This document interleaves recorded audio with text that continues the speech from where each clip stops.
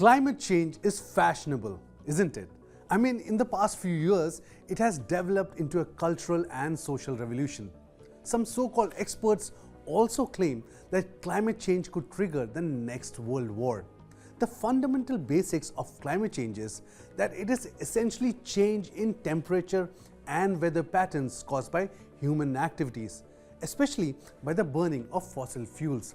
Scientific evidence shows that they release planet-warming greenhouse gas, and this has consequences for the mankind.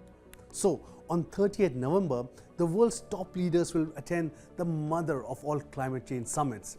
It's time for the 28th Conference of Parties, where the parties are the countries that signed up to the original 1992 UN Climate Agreement. Better known as COP28, this is United Nations' premier climate change conference. From Prime Minister Modi to Pope Francis, from UN Secretary General Antonio Guterres to King Charles, leaders, senior ministers and officials from 198 countries will be in attendance. And the top absentees are expected to be presidents of the world's two biggest greenhouse gas emitters, Joe Biden and Xi Jinping. Meanwhile, stakeholders are hoping that COP28 will help keep alive the goal of limiting long-term global temperature rises to 1.5 degrees Celsius above pre-industrial levels. This was agreed by nearly 200 countries in the 2015 Paris summit. But the latest IMF report reckons that emissions need to fall by 25 to 50% by 2030 to stay under the limit. But new analysis show that the emissions will reduce by just 11% by the end of this decade. The future of coal, gas and oil will be among the flashpoints when the COP28 works on the main items on its agenda, which is stocktaking of the progress on attaining the goals set in the Paris summit. A major debate among the parties has been whether to phase out or phase down fossil fuels. Remember, at COP27, a number of nations, including China and Saudi Arabia, were opposed to phasing out of all fossil fuels. It's been 8 years since the Paris Agreement, yet the world has made barely any progress on slashing climate pollution, and this window is rapidly narrowing. Another focus this year will be on the so-called Loss and Damage Fund, which countries included in last year's agreement. The fund would help shuttle money from the richest countries, which are responsible for the vast majority of the climate crisis, to poor countries, where the impacts have hit the hardest. There are roadblocks for this too.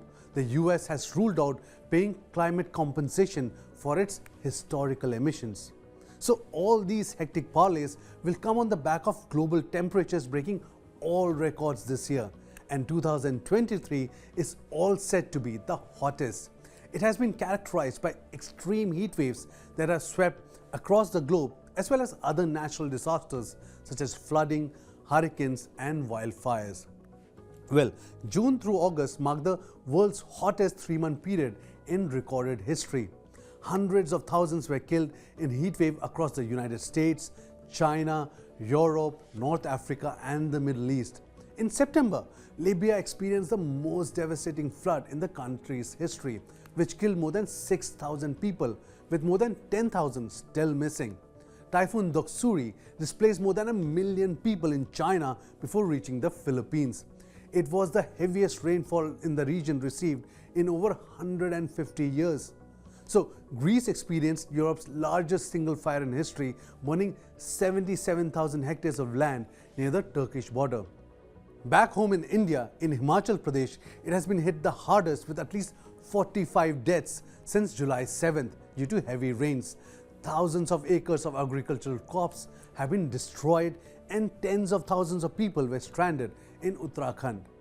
India, for example, cannot set a target for carbon emissions in line with what the US must do. This is because the industrial emissions by the US in the past decades is the reason behind the country's meteoric rise.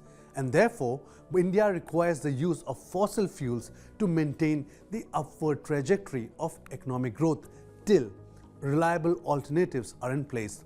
pushing India and others to sign on a dotted line by the industrialized nations who are historically responsible for the current mess is plain bullying tactics. Saving this planet is everyone's responsibility, but crucially, it is an equitable responsibility. COP28 summit will test whether the climate change rhetoric can be turned into an actionable blueprint, or will it be just another gathering where Dubai airport will be chock-a-block with delegates in private jets generating huge CO2 emissions? Well, the world is watching the big ticket 15-day summit. News 9 Plus. Download now.